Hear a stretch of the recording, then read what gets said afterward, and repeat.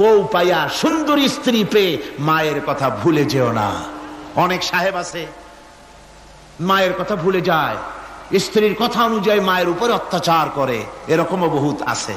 আল্লাহ পাক বলছেন, শোনো, وَقَضَى رَبُّكَ أَلَّا تَعْبُدُوا إِلَّا إِيَّاهُ وَبِالْوَالِدَيْنِ إِحْسَانًا।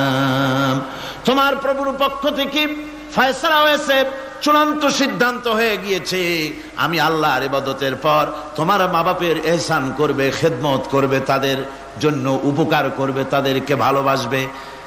আল্লাহ রাব্বুল আলামিন বলেন মা বাবার সঙ্গে কেমনে কথা বলবে, তাদের সাথে কিভাবে আচরণ করবে, আল্লাহ তাও শিখিয়ে দিয়েছেন।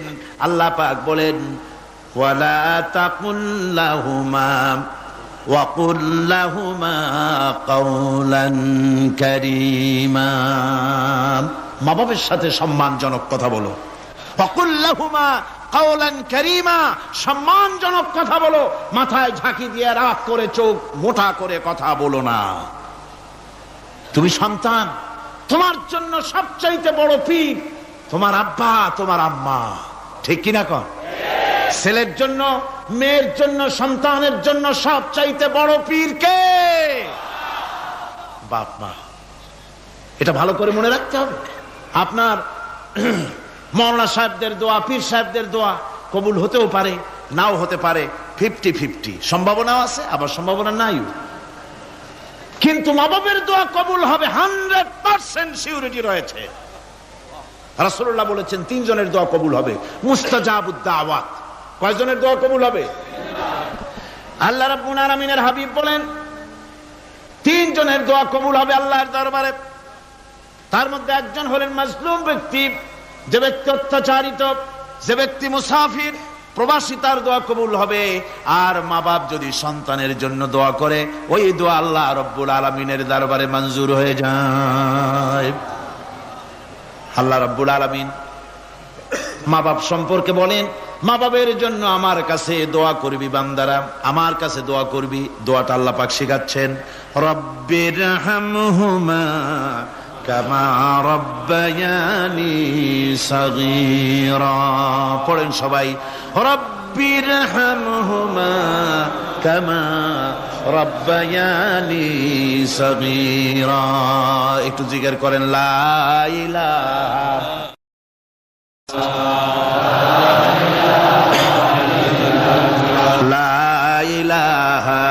ইল্লাল্লাহ, লা ইলাহা ইল্লাল্লাহ, লা ইলাহা ইল্লাল্লাহ, লা ইলাহা ইল্লাল্লাহ মুহাম্মাদুর রাসূলুল্লাহ।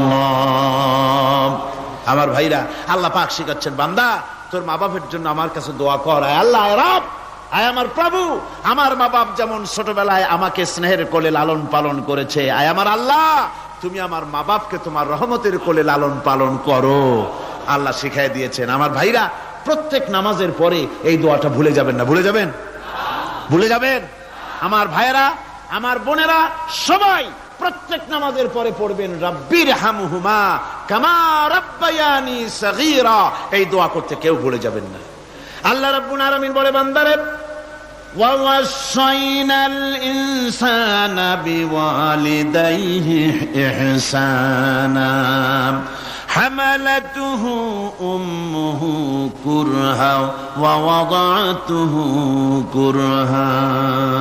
আল্লাহ পাক বলেন, আমি পৃথিবীর সমস্ত মানব মণ্ডলীকে উপদেশ দিয়েছি, মা বাপকে সম্মান করো, শ্রদ্ধা করো, তাদের উপকার করো। তার কারণ হলো তোমার মা তোমাকে গর্ভে ধারণ করেছে অত্যন্ত কষ্টের সাথে।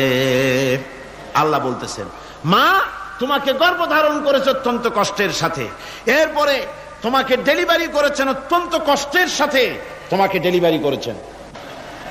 গভীর রাত্রে মানুষ সব ঘুমায় যায়, গর্ভবতী মা ঘুমাতে পারে না, সন্তান পেটের ভিতরে, হাঁটু দিয়া গুতা মেরেছে, পা দিয়া লাথি মেরেছে।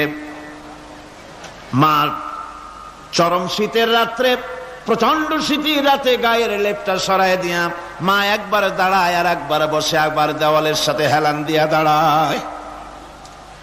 কষ্ট করে রাতটারে কাটায় দেয়। আবার সারাদিন সংসারের জন্য কাজ করেছেন, রান্না বান্না করেছেন মা, সকলকে খাওয়াইয়া মা শেষের দিকে খেতে গেছেন।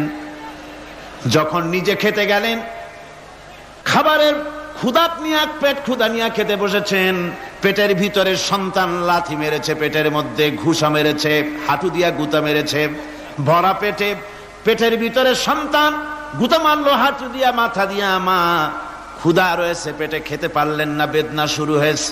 খাবারের থালাটা ঠেলে দিয়ে মা দাঁড়ালেন, বসলেন, চোখের পানি ফেললেন।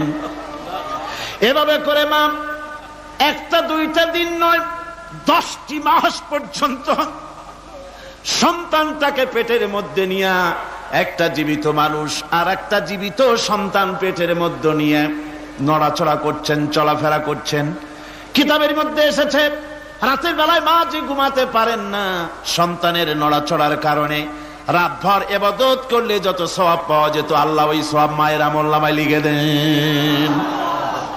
সন্তান পেটে থাকার কারণে খেতে পারে না, পেট ভরে ক্ষুধায় কষ্ট পায় মা। এই জন্যে 10 মাস ধরে রোজা রাখলে যে সওয়াব হতো আল্লাহ রাব্বুল আলামিন মায়ের আমলনামায় রোজার সওয়াব লিখে দেন। 10 মাস পুরে গেল, সন্তান ডেলিভারির সময় চলে এলো। মায়ের মন বিমর্ষ, সন্তান ডেলিভারি হবে, না জানি মরে যাই নাকি, না জানি অপারেশন লাগে নাকি, কি অবস্থা হবে। মা খেতে পারে না, মুখটা শুকায়া যায়। ডেলিভারির সময় যখন আসে, মা বাবার কাছ থেকে বিদায় নিয়ে যায়, স্বামীকে একান্তে গোপনে ডেকে নিয়ে বলে, প্রাণের স্বামী, দীর্ঘদিন একসঙ্গে ঘর কন্যা করেছি, অপরাধ হয়ে যেতে পারে, আমারে মাফ করে দিও। আমার মনে হয় এবার আমি আর বাঁচবো না। সংসার থাকলো, চাবি থাকলো, সব বুঝে নাও, আমারে মাফ করে দিও। মা চলে গেল সতিকা গৃহে, ক্লিনিকে চলে গেল, অপারেশন থিয়েটারে চলে গেল, অথবা ডেলিভারির জায়গায় চলে গেল। ডেলিভারি পেইন শুরু হয়ে গেল, বেদনা শুরু হয়ে গেল। এক একটা বেদনা যেন মায়ের এক একটা মৃত্যু যন্ত্রণা শুরু হয়ে যায়। এমন যন্ত্রণা, প্রসব বেদনা দুনিয়ার ভুক্তভোগী মা ছাড়া আর কেউ জানে না। এই চরম বেদনার ভেতর দিয়ে, চরম কষ্টের ভিতরে মা যখন একটা বাচ্চা প্রসব করলো, জিহাদের ময়দানের মতো মা রক্তাক্ত হয়ে গেলেন, সন্তান দুনিয়া এলো। মা তখন অস্থির থাকেন। এত বড় বিরাট কষ্টের ভিতরে আল্লাহ রাব্বুল আলামিন বলেন, সন্তান যখন ডেলিভারি হয়ে গেল, মায়ের মনের ভিতরে আমি তখন এই ফিলিংস, এই টেন্ডেন্সি জাগ্রত করে দিই, দেখ কি হয়েছে। মা তখন দেখতে চায় কি হয়েছে।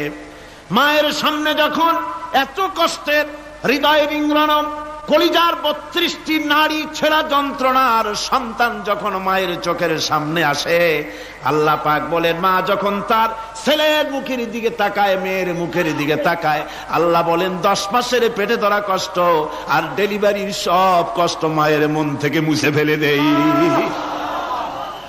আল্লাহ রাব্বুল আলামিন বলেন, খবরদার দুনিয়ার মানুষ, এমন মায়ের সাথে নাফরমানি করবি না, এ মায়ের সাথে নাফরমানি করবি না, মাকে সম্মান করবি, মার কাছে দোয়া চাবি।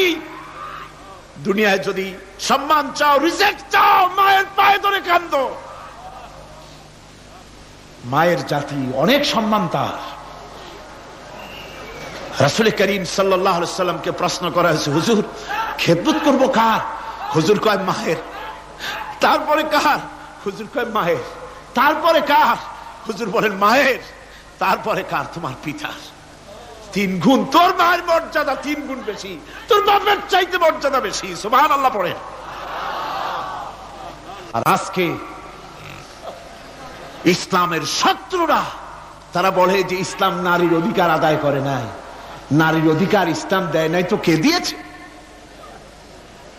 আমার বন্ধুগণ, বিশ্বনবী জনাব মুহাম্মদ রাসূলুল্লাহ সাল্লাল্লাহু আলাইহি ওয়াসাল্লাম মসজিদে নববীর ভিতরে বসে আছেন।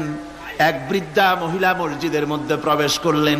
হুজুর বৃদ্ধাকে দেখে দাঁড়ায় গেলেন, বিশ্বনবী বুড়ি মেয়ে লোককে দেখে দাঁড়ায় গেলেন। আল্লাহর নবী বুড়িকে দেখে দাঁড়ালেন। বুড়ি যখন কাছে এলেন, আল্লাহর নবী নিজের গায়ের চাদর বুড়ির জন্য বিছায়া দিলেন। বুড়ি বসলেন। এরপরে কথাবার্তা সারার পর বুড়ি যখন বিদায় হবেন, হুজুর আবার দাঁড়ালেন। বুড়ি মহিলা চলে গেলেন। সাহাবায়ে কেরাম বলেন, ইয়া রাসূলুল্লাহ, কিছুই বুঝলাম না, একজন বৃদ্ধা মহিলার জন্য বিশ্ব নবী দাঁড়ান আর গায়ের চাদর বিছান, আমরা বড় আশ্চর্য হয়ে গেলাম। নবীজি বলেন, ও আমার সাহাবীরা, তোমরা জানো না এই মহিলা কি চিনতে